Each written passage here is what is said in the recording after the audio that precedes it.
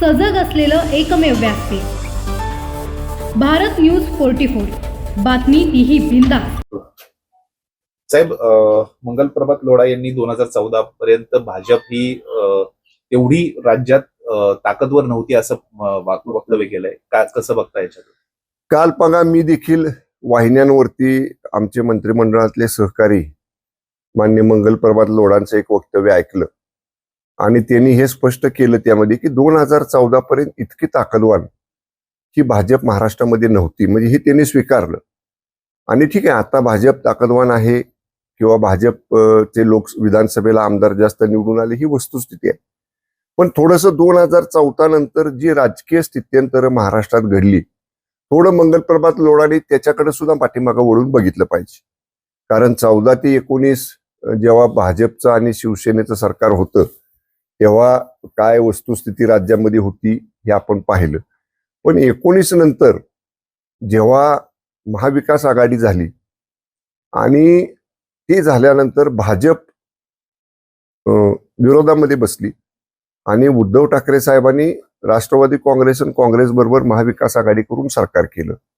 त्यावेळची काय होती परिस्थिती, तर पूर्ण ताकदवान ही राष्ट्रवादी काँग्रेस असेल, काँग्रेस असेल, हे करण्याचा प्रयत्न त्या महाविकास आघाडी सरकारमध्ये झाला। नंतरच्या काळात जेव्हा आदरणीय एकनाथजी शिंदे साहेबांनी कडक भूमिका घेतली 2022ला आणि आम्ही 50 आमदारांनी आदरणीय एकनाथजी शिंदे साहेबांच्या नेतृत्वाखाली उठाव केला, तिथून खऱ्या अर्थानं स्थित्यंतर महाराष्ट्राच्या राजकीय परिस्थितीमध्ये झालं आणि सत्तेच्या बाहेर असणारी भाजप ही आदरणीय शिंदे साहेबांच्या या निर्णयामुळं ही पुन्हा सत्तेमध्ये आली आणि त्याचा परिणाम झाला की आदरणीय शिंदे साहेबांनी 2.5 वर्ष मुख्यमंत्री म्हणून जे राज्यामध्ये काम केलं ते महायुती म्हणूनच केलं। आम्ही मंत्रिमंडळामध्ये आदरणीय शिंदे साहेबांचे होतो। कोणताही निर्णय आदरणीय एकनाथजी शिंदे साहेब हे तत्कालीन उपमुख्यमंत्री माननीय देवेंद्रजी फडणवीस साहेबांना विचारल्याशिवाय, संमती घेत, चर्चा केल्याशिवाय एकमेकांचा विचारविनिमय करूनच घेत होते आणि महायुती भक्कम करायचं काम आदरणीय एकनाथजी शिंदे साहेबांनी केलं। आणि आपण बघितलं असेल की शिंदे साहेबांची गती, शिंदे साहेबांची वेगवान कामाची पद्धत, जागेवर निर्णय घ्यायची क्षमता, त्यामुळं महायुतीला जे प्रचंड यश 2024ला मिळालं त्याचं विधानसभेला, त्याचं ते कारण आहे।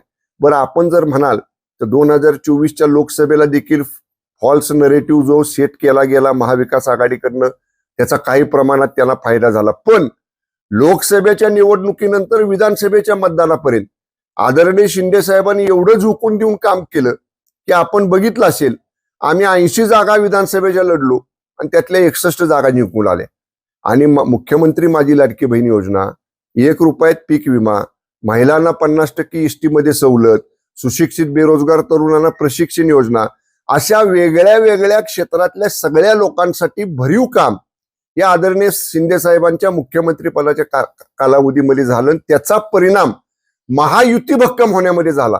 त्यामुळं मला मंगलप्रभात लोढा साहेबांनी एक सांगायचे की तुम्ही म्हणताय ती वस्तुस्थिती आहे, 14 पर्यंत भाजप एवढी ताकदवान नव्हती, पण 22ला आदरणीय शिंदे साहेबांनी जी भूमिका घेतली त्या भूमिकेमुळे भाजप सत्तेमध्ये आलं, भाजपला सत्तेमध्ये चांगला वाटा मिळाला आणि शिवसेना आणि भाजप ही पूर्वीची असणारी युती आदरणीय शिंदे साहेबांनी परत भक्कम केली, परत पुनर्जीवित केली आणि एवढ्या मोठ्या प्रमाणात महायुतीला यश मिळायला आणि भाजप ताकदवान व्हायला निश्चितपणे कुठं ना कुठंतरी 2022ला आदरणीय शिंदे साहेबांची उठावाची भूमिका आणि त्यामुळं पुनर्जीवित झालेली भाजप शिवसेनेची होती, त्यामुळं शिवसेना भाजप सत्तेमध्ये आली।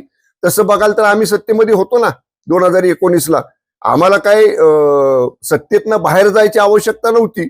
बरं, पुढं काय होणार आहे, बहुमत होणार आहे का नाही, आमदारकी टिकणार आहे का नाही, हे असलं काय आम्ही विचार केला नाही। आम्ही शिवसेना भाजपची युती भक्कम करायची म्हणून आम्ही सत्तेतनं बाहेर पडलो। त्यामुळे याही गोष्टीचा मंगलप्रभात लोढांनी निश्चितपणे या पार्श्वभूमीवर गांभीर्याने विचार केला पाहिजे। अशाच नवनवीन अपडेटसाठी बघत रहा भारत न्यूज 44। सत्याचा प्रकाश, बातम्यांचा विश्वास।